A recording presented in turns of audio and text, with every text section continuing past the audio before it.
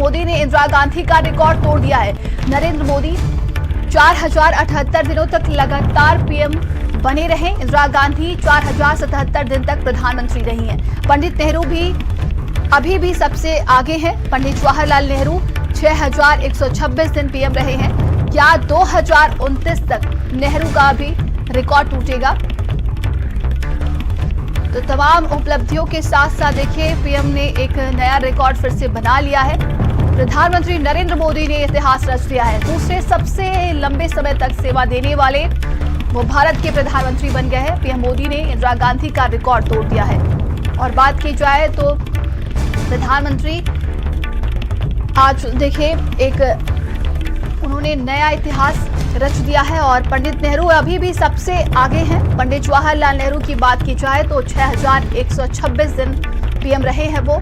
और अब यही सवाल है कि क्या 2029 तक नेहरू का भी रिकॉर्ड टूटेगा?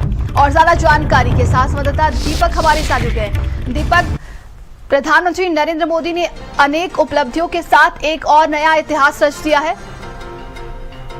जी बिल्कुल, यदि प्रधानमंत्री नरेंद्र मोदी का जिक्र किया जाए तो सबसे पहले जब वो 2024 में चुनाव जीतते हैं तो एक पहला इतिहास होता है कि तीसरी बार कोई प्रधानमंत्री रिपीट किया जवाहरलाल नेहरू के बाद। वहीं अब एक और आज इतिहास दर्ज हो गया है कि इंदिरा गांधी के बाद माफ कीजिए, इंदिरा गांधी का जो रिकॉर्ड था लगातार प्रधानमंत्री रहने का उसको तोड़ दिए हैं। अब सिर्फ एक जो पूर्व प्रधानमंत्री जवाहरलाल नेहरू है उनका एक रिकॉर्ड बचा हुआ है जो कि लगातार 15 साल तक प्रधानमंत्री रहे। और साथ ही कई राज्यों में भाजपा की सरकार है, ये भी एक बहुत बड़ा रिकॉर्ड है क्योंकि केंद्र में रहते हुए लगभग कई राज्यों में भाजपा की सरकार है।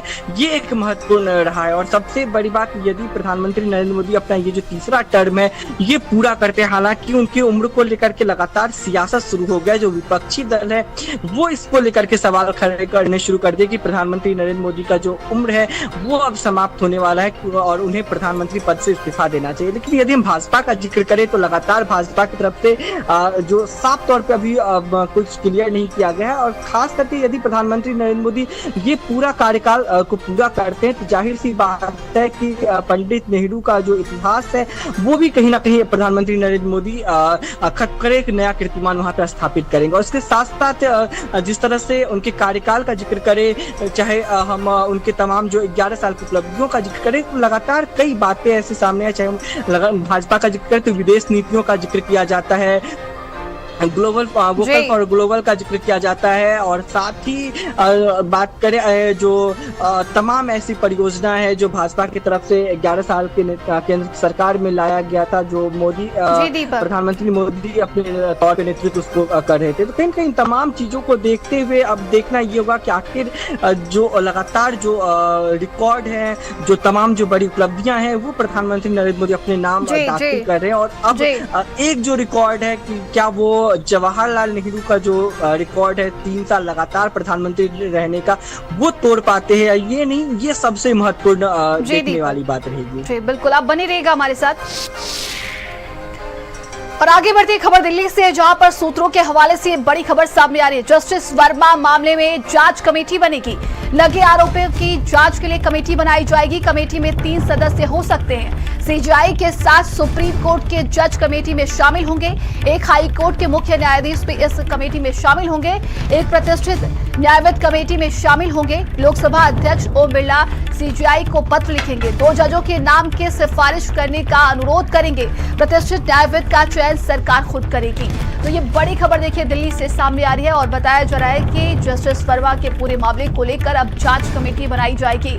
तो लगे आरोपियों की जांच के लिए ये कमेटी बनेगी और कमेटी में 3 सदस्य हो सकते हैं। सीजीआई के साथ सुप्रीम कोर्ट के जज कमेटी में शामिल होंगे और इसी के साथ एक हाई कोर्ट के मुख्य न्यायाधीश भी इसमें शामिल होंगे।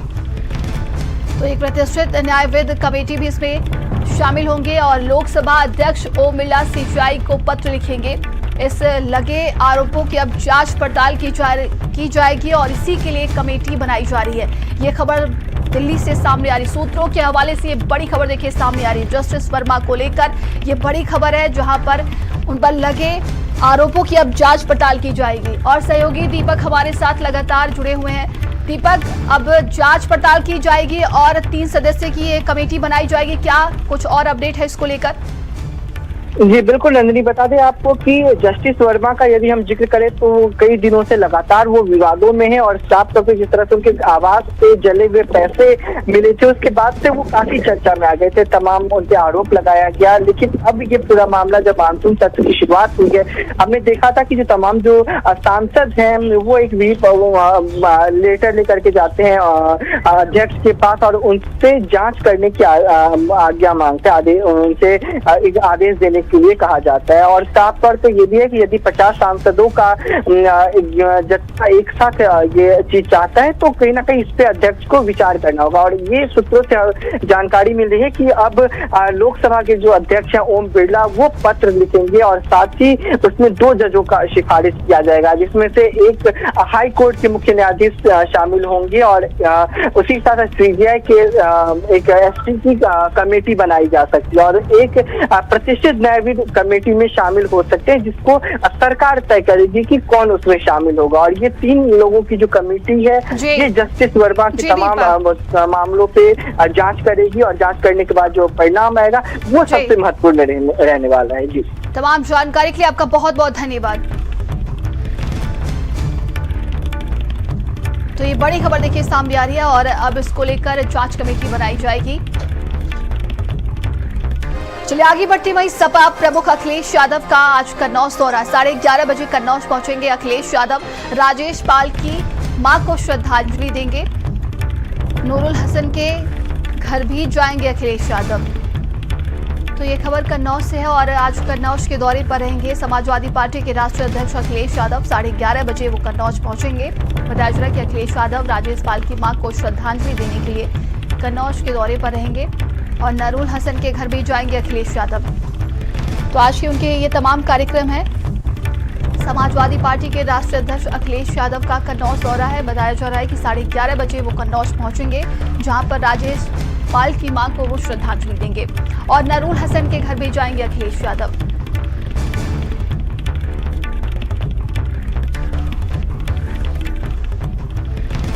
कन्नौज के दौरे पर रहेंगे और 11:30 बजे समाजवादी पार्टी के राष्ट्रीय अध्यक्ष अखिलेश यादव आज वहां पर पहुंचेंगे और राजेश पाल की मां को श्रद्धांजलि देंगे समाजवादी पार्टी के मुखिया।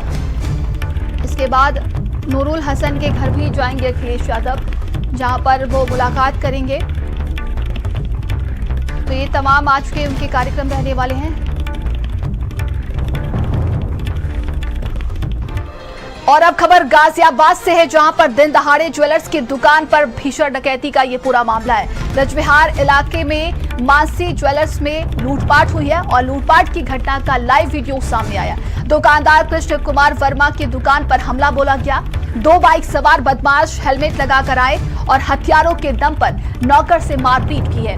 20 किलो चांदी, 125 ग्राम सोना लूटकर फरार हो गए। करीब 30 लाख की लूट की घटना, ये पूरी जो घटना है सीसीटीवी कैमरे में कैद हो गई है। तस्वीरों में आप देख सकते हैं, ये कोई फिल्मी दृश्य नहीं बल्कि ये दिन दहाड़े लूटपाट की गई है।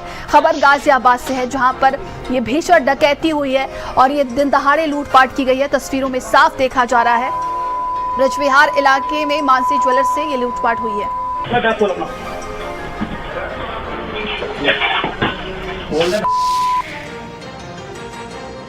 वॉशरूम करने गए तो वो लड़के दोनों इनके पीछे गए, इनकी रेकी करी गई थी। तो वॉशरूम पीछे गए इनके, तो फिर वो वापसी आए।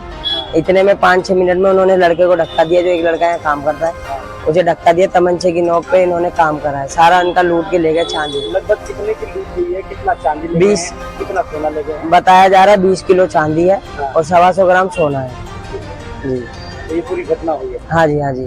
तो अभी पुलिस प्रशासन का क्या कहना है? जी सारी पुलिस लगी हुई है जी।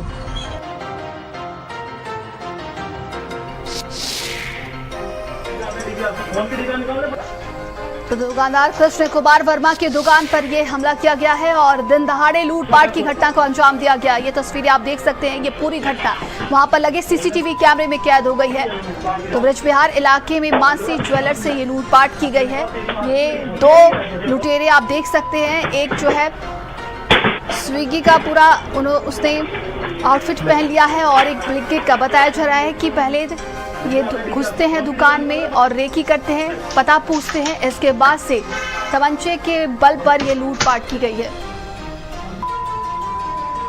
आगे बढ़ते हैं। गाजियाबाद में बिजली कटौती को लेकर पब्लिक आक्रोश में दिखी है। इस दौरान लाल कुआं के पास जीटी रोड पर लोगों ने जाम लगा दिया।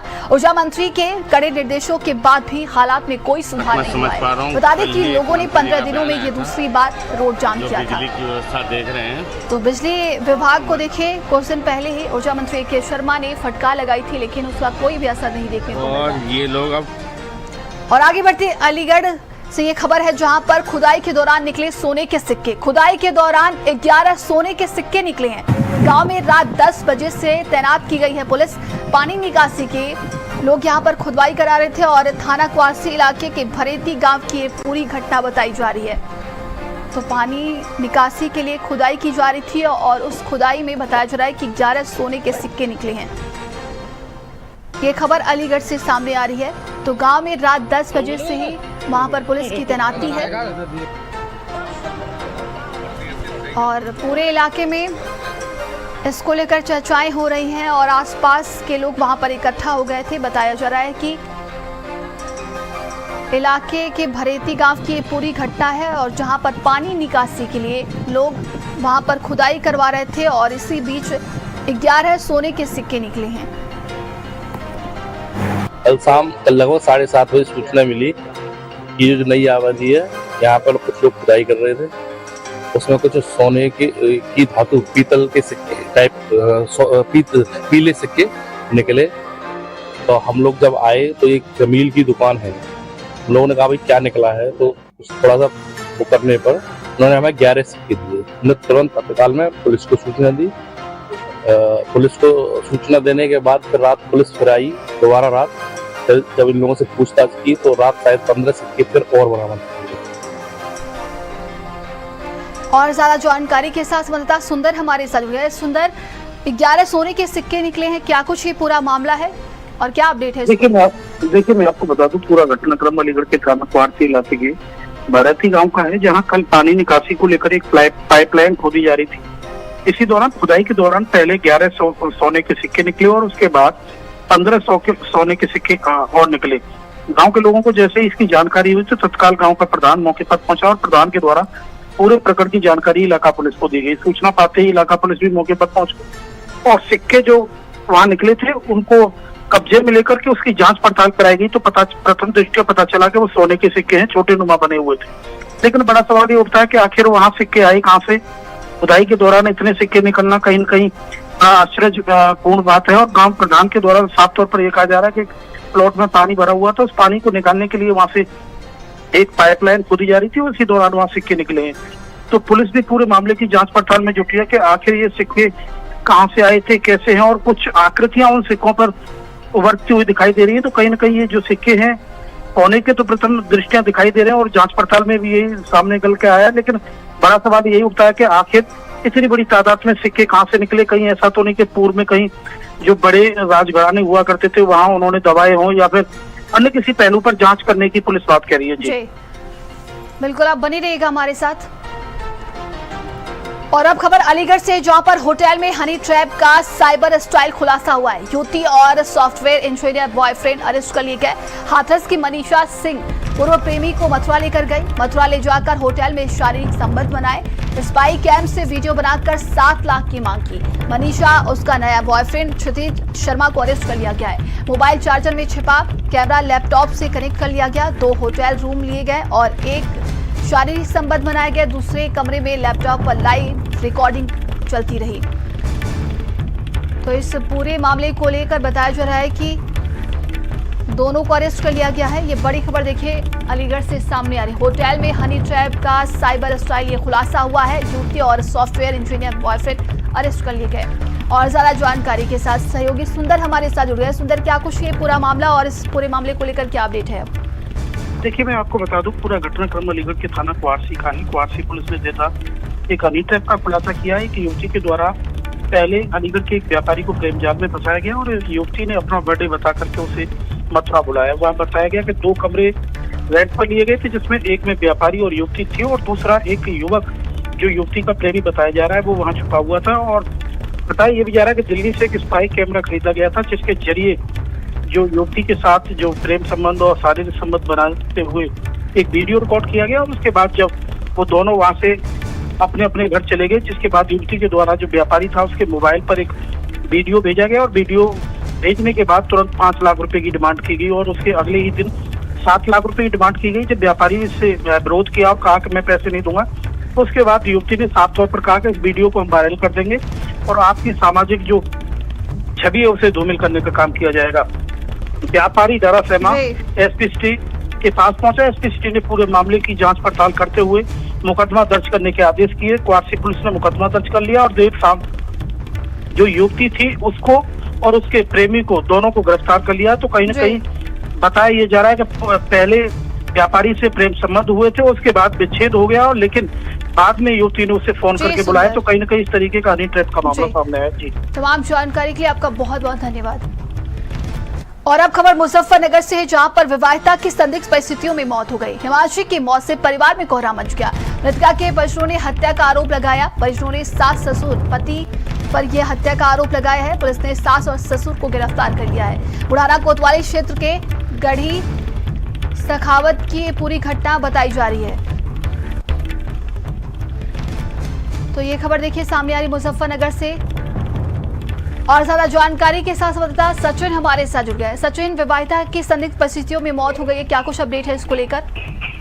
देखिए, मामला बुढ़ाना कोतवाली के गढ़ी सखावतपुर गांव का है, जहां एक विवाहिता की संदिग्ध परिस्थितियों में मौत हुई है। वो घर के अंदर फांसी के फंदे पर विवाहिता का शव मिला है। 5 वर्ष पूर्व जो विवाहिता थी हिमांशी, उसकी शादी यहां गढ़ी सखावतपुर गांव में हुई थी। हालांकि जब मृतक विवाहिता के परिजन मौके पर पहुंचे तो उन्होंने हंगामा शुरू कर दिया और दहेज सहित कई गंभीर आरोप लगाए, जिसमें एक ये भी था कि जो मृतक विवाहिता थी उसके ससुरालिया उसे बिजली का करंट देकर यातनाएं देते थे दहेज और अन्य कई मांगों को लेकर। फिलहाल पुलिस ने देर रात्रि जैसे ही सूचना मिली तो शव को पंचायत में भरकर पोस्टमार्टम के लिए भेज दिया था और मौके से सास ससुर को हिरासत में लेकर जो मामले की जाँच है वो शुरू कर दी थी। फिलहाल पुलिस तहरीर के आधार पर मामले में जाँच कर रही है, जाँच कर कानूनी कार्रवाई की बात कर रही है। जी, तमाम जानकारी के लिए आपका बहुत बहुत धन्यवाद।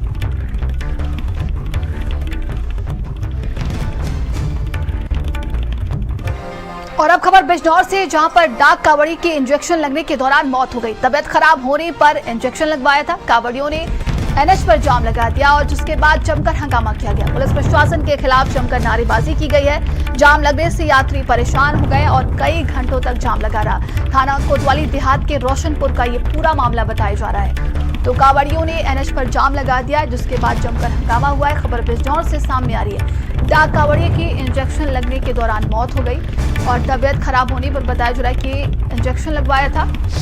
इसके बाद से जमकर हंगामा देखा गया है।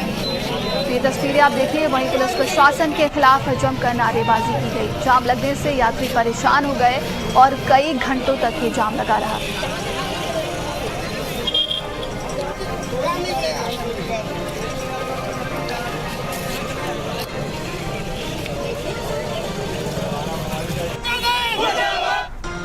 और अब खबर नोएडा से, जहां पर पुलिस और बदमाशों के बीच में मुठभेड़ हो गई है। मोबाइल स्नैचिंग करने वाले बदमाश से मुठभेड़ हो गई है। बाइक सवार बदमाश गोली लगने से घायल हो गया। तमंचा, कारतूस और चोरी की बाइक बरामद कर ली गई है।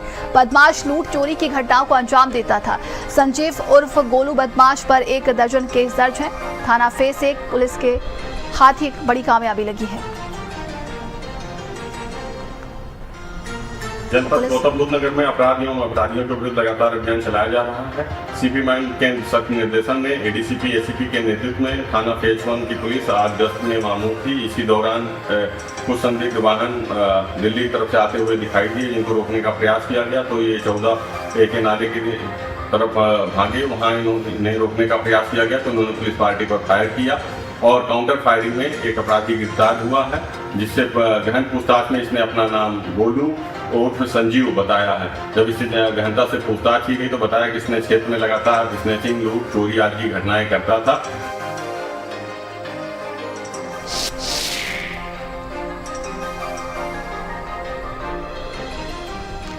और ये सीधी तस्वीर हम आपको दिखाते हैं पीएम के, जो कि इस वक्त मालदीव पहुंचे हुए। ये तस्वीरें आप देखिए और उनका वेलकम किया जा रहा है। आपको बता दें कि विदेश यात्रा पर है प्रधानमंत्री नरेंद्र मोदी और आज उन्होंने एक बड़ा इतिहास भी रच दिया है। लंबे समय तक रहने वाले वो दूसरे प्रधानमंत्री बन गए हैं। फिलहाल ये उनकी तस्वीरें आप देखिए। तो पीएम मालदीव पहुंच गए हैं और ये तस्वीरें आप देख रहे हैं।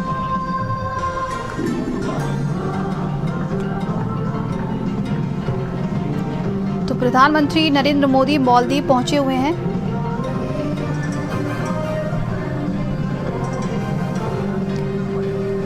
तो पीएम मोदी 2 दिवसीय दौरे पर मालदीव पहुंचे हुए हैं और स्वतंत्रता दिवस समारोह में चीफ गेस्ट होंगे वो। डिफेंस समझौते पर हस्ताक्षर संभव है। ये तमाम देखिए कहा जा रहा है कि उनके भी कार्यक्रम होने वाले हैं।